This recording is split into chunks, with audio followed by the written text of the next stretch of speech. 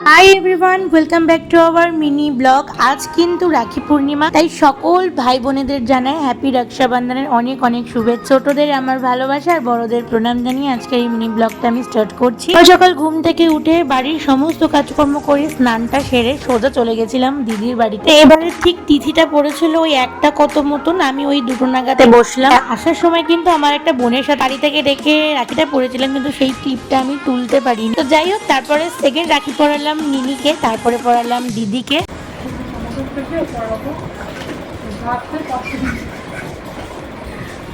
দিনকালের অবস্থা হলো রাখি আবার ধার।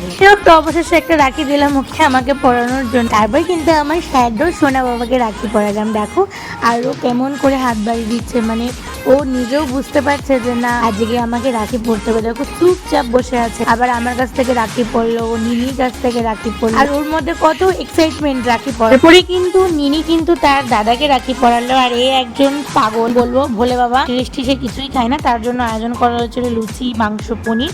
সে সেইটাতেই সন্তুষ্ট। তিয়াদাও চলে হাতে বানানো রাখি তিয়াদার জন্য স্পেশালি বানিয়েছিলাম, তো ওটা তিয়াদাকে পরিয়ে দিলাম। একে রাখি বাঁধতে বাঁধতে এখন কিন্তু ওই বেলা 4টে মতন বেজে গেছে। দিদি আমার পাতিদেবকে রাখি পরালো। গেলে কিন্তু আমার অনেক কিছু প্ল্যান আছে, মানে বিকেল অলরেডি হয়ে গেছে, মানে 6টার দিকে আমরা আবার বেরাবো। এটা আসছে পরের পার্টে। এখনকার মতন টাটা।